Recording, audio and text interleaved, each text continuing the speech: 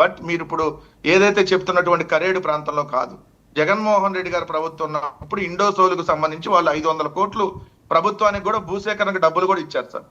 భూసేకరణకి ఇండోసోలు వాళ్ళు ప్రభుత్వానికి డబ్బులు ఇచ్చారు 500 కోట్ల రూపాయలు. ఏదైతే AP maritime board and Andhra Pradesh రాష్ట్ర ప్రభుత్వం సంయుక్తంగా 5148 ఎకరాలని చేవూరు మండలం, రేవూరు మండలాల్లో ఎటువంటి వివాదం లేనటువంటి భూములు, పంటలు పండేటటువంటి భూములు కాదు సార్. అక్కడ ఎటువంటి పంటలు లేవు, ఖాళీ భూముల్ని, ఎటువంటి వివాదాలు లేనటువంటి భూముల్ని ఆల్రెడీ భూసేకరణ చేసి ప్రభుత్వం ఇండోసోల్కి ఇచ్చింది.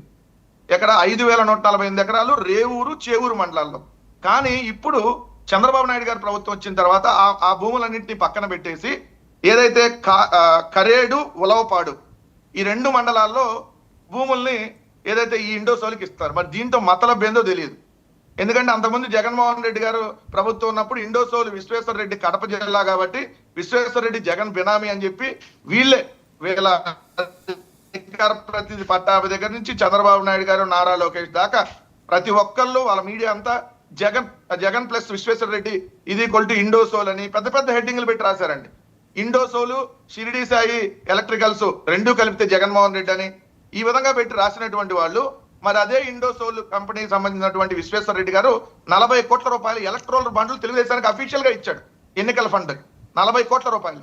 మరి ఉన్న మతలబ్ ఏందో వాళ్ళు చెప్పాలి.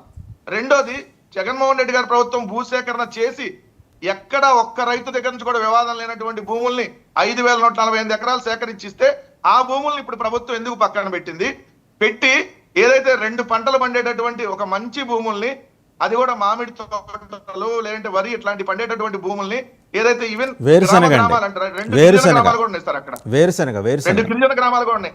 అలాంటి గ్రామాలన్నింటినీ తీసేసి ఇప్పుడు ఇండోసోల్కి అక్కడ భూములు ఇవ్వడానికి ఉన్న మతలబ్ ఏంటో ఖచ్చితంగా ఈ ప్రభుత్వం చెప్పాలి సమాధానం.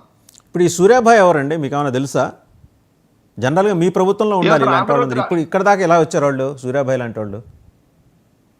సార్ వాళ్ళు ఇవాళ పేపర్ లో సార్ అది మంత్రి గారి బేరం అని, ఈ రోజు నిన్నేమో సూర్యాభాయ్ అని హెడ్డింగ్ పెట్టి రాశారు ఒక మంత్రి గారి గురించి.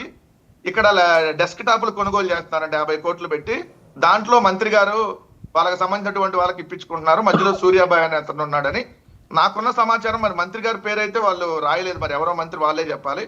సూర్యాభాయ్ అనే అతని పేరు మాత్రం సూర్యప్రకాష్ రావు అని నాకున్న సమాచారం ప్రకారం. ఎవరండి సూర్యప్రకాష్ రావు ఏ మంత్రికి దగ్గర ఉన్నాడు, ఏ మంత్రి దగ్గర కూర్చొని ఈ దందాలు చేస్తా ఉన్నాడు, అది ఆంధ్రజ్యోతి రాధాకృష్ణకి తెలిసినప్పుడు మరి ఓపెన్ గా నా పేరు ఎందుకు రాయలేదు అంటే ఈ బేరంలో ఆయన కూడా వాటా ఇస్తారనేటటువంటి ఉద్దేశంతో నిన్న ఈ రోజు ఆగాడు.